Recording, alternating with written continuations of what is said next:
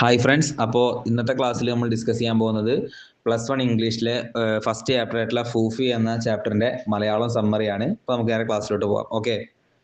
ഫൂഫി എന്ന കഥയിൽ Trevor Nova തന്റെ ബാല്യകാലത്ത് വളർത്തിയിരുന്ന ഫൂഫി എന്ന നായയുമായിട്ടുള്ള ആത്മബന്ധത്തെക്കുറിച്ചുള്ള കാര്യങ്ങളാണ് ഇവിടെ പരാമർശിച്ചിട്ടുള്ളത്. ട്രെവർ ഫൂഫിയെ നന്നായി സ്നേഹിച്ചിരുന്നു. ഫൂഫിയും ട്രെവറിനെ നല്ല രീതിയിൽ സ്നേഹിച്ചിരുന്നു എന്നാണ് ട്രെവർ വിശ്വസിച്ചിരുന്നത്. ഒരു ദിവസം ട്രെവർ കാണുന്ന കാഴ്ച എന്താണെന്ന് വെച്ച് കഴിഞ്ഞാൽ, ഫൂഫി ദിവസവും മറ്റൊരു വീട്ടിലേക്ക് പോയിട്ട് അവിടെയുള്ളൊരു കുട്ടിയോട് സമയം ചെലവഴിക്കുന്ന കാര്യം ട്രെവർ കാണുന്നു. ഇത് കണ്ട ട്രെവറിന് വല്ലാണ്ട് വിഷമം തോന്നുന്നു. ഫൂഫി തന്നെ വഞ്ചിച്ചു എന്നൊക്കെ ട്രെവർ മനസ്സിലാക്കുന്നു. അപ്പോൾ ട്രെവറിന്റെ അമ്മ അവനൊരു വലിയ കാര്യം പറഞ്ഞു കൊടുക്കുന്നുണ്ട്. അമ്മ പറഞ്ഞെന്താന്ന് വെച്ച് കഴിഞ്ഞാല്, സ്നേഹം എന്നത് ഒരാളെ സ്വന്തമാക്കുക എന്നല്ല, നമ്മൾ സ്നേഹിക്കുന്നവർക്ക് അവരുടെ സ്വന്തം സ്വാതന്ത്ര്യവും ഇഷ്ടങ്ങളും ഉണ്ടായിരിക്കും.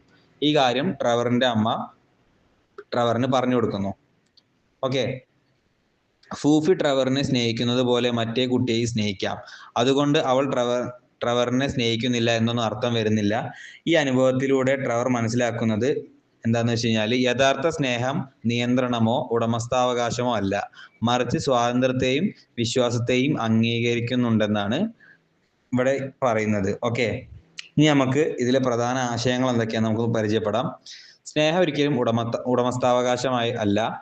യഥാർത്ഥ സ്നേഹം സ്വാതന്ത്ര്യത്തെ മാനിക്കുന്നു. അതുപോലെ തന്നെ അസൂയയും സ്വാർത്ഥതയും സ്നേഹത്തെ നശിപ്പിക്കുന്നു. ഇതിൽ ഏറ്റവും പ്രധാനപ്പെട്ട എന്താണെന്ന് വെച്ച് കഴിഞ്ഞാൽ, വിശ്വാസവും മനസ്സിലാക്കലുമാണ് നല്ല സ്നേഹബന്ധത്തിന്റെ അടിസ്ഥാനം. ഓക്കെ. ഇത്രയും കാര്യങ്ങളാണ് സമ്മറിയിൽ വരുന്നത്. ഓക്കെ.